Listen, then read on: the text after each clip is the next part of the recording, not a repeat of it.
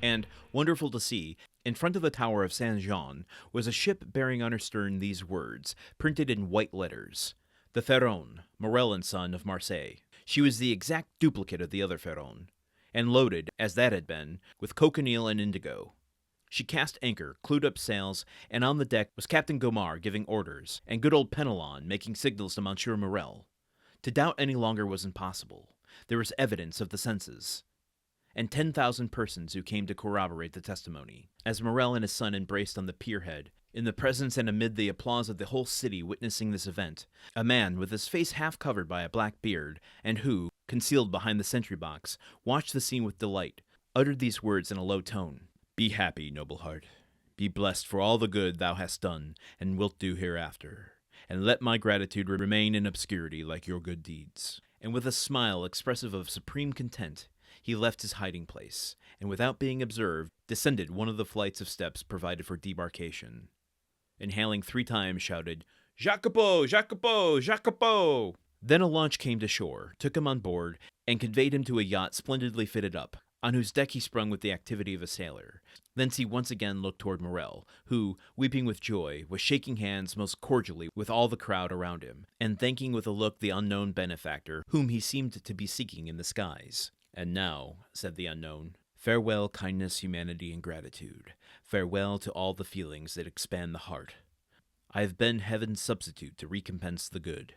Now the god of vengeance yields to me his power to punish the wicked. At these words he gave a signal, and, as if only awaiting the signal, the yacht instantly put out to sea.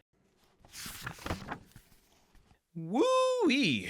What a conclusion to this wild chapter. Morrel getting confirmation that this is, in fact, a Pharaon, not the Pharaon. In fact, it says she was the exact duplicate of the other Pharaon, and loaded, as that had been, with cochineal and indigo.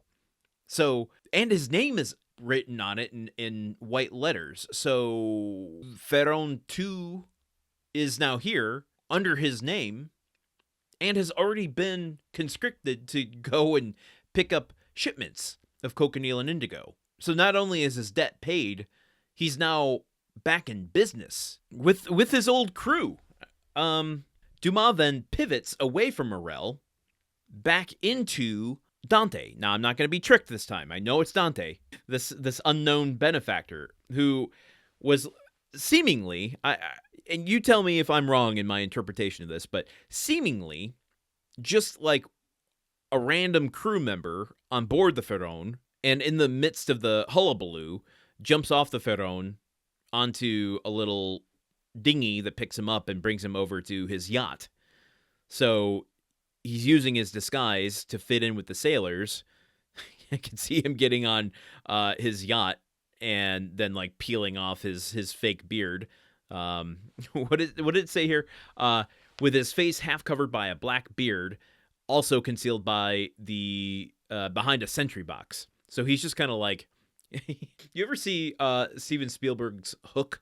I know it's not universally hailed as a good movie, but there's the moment when Captain Hook is seeking out someone in the crowd to punish, and comes upon a sailor, and it's Glenn Close in uncredited cameo, but she's playing a kind of surly old sailor who is then put into a box of scorpions.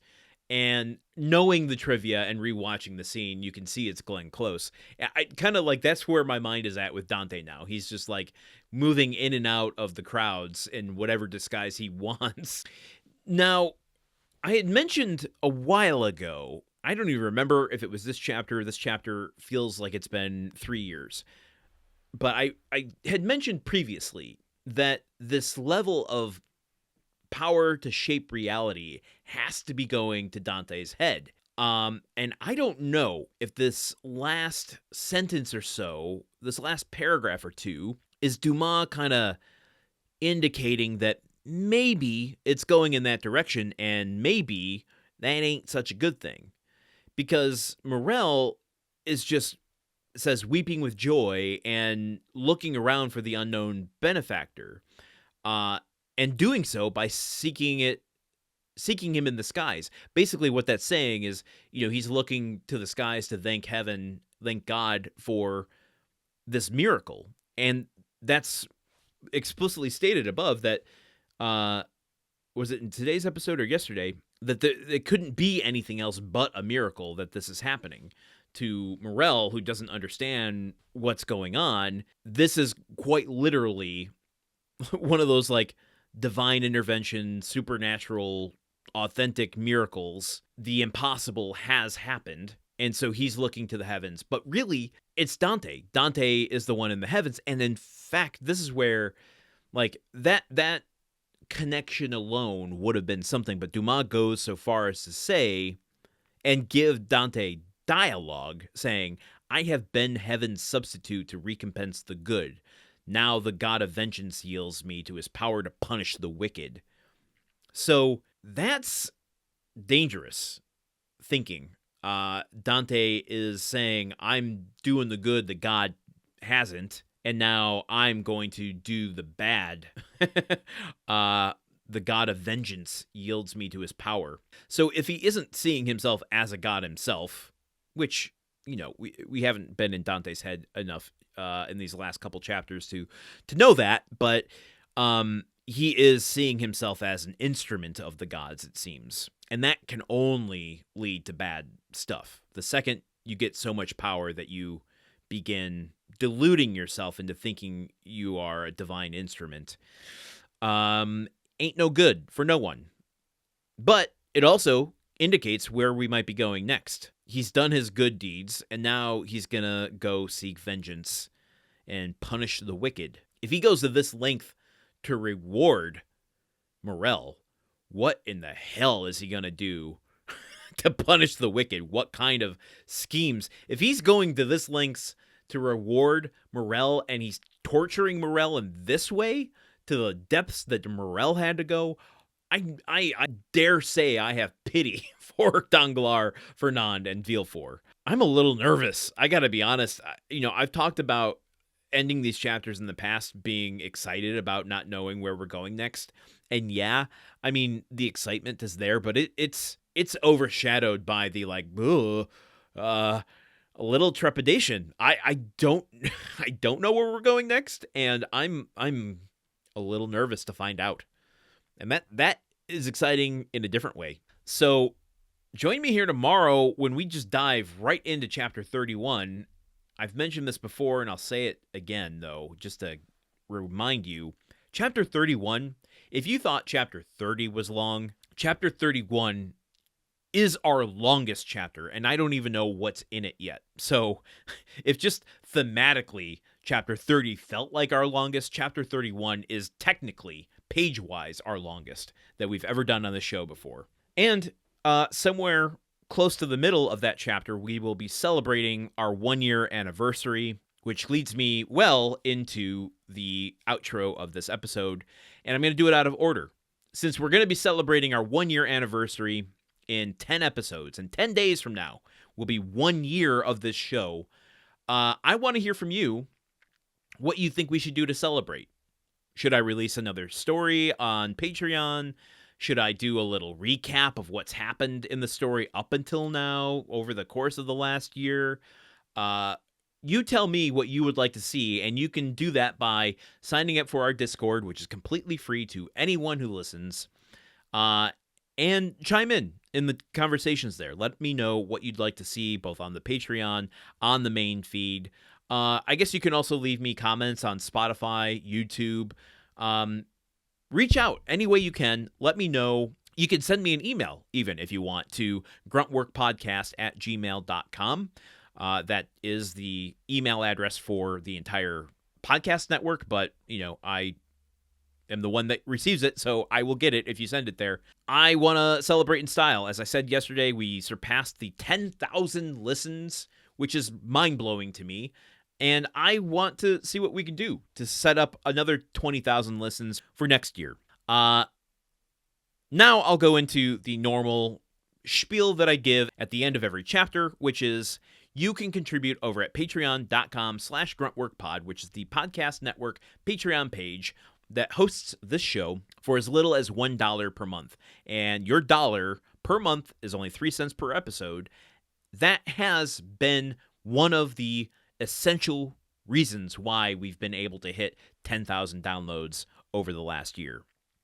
If we get people contributing even more, or we get more people contributing that same amount, we can do even more with the show moving forward. And I would love to do that. We have 3 years left to go. That's still a long time. It's been a year. It's been long. It's been short. It's been all of the things. And that's all been thanks to you listening and contributing over at patreon.com/gruntworkpod. And of course, you get the story-only audio if you contribute. So chapters 1 through 30 are available over there without my commentary. So if you just want to listen to this as an audiobook, keep up. If you aren't listening day to day, if you fall off and want to catch back up, it's a great way to do that. There's also some short stories that I've released over there. Algernon Blackwood, Edgar Allan Poe, some Grimm's Brothers stuff, and more to come in the future. So patreon.com/gruntworkpod. You can also leave a rating or review over at Apple Podcasts, Spotify, subscribe, and comment over at YouTube, because those numbers help get us into the algorithm, get us into those For You suggestions for new people who might not be aware of the show yet. I deeply appreciate it.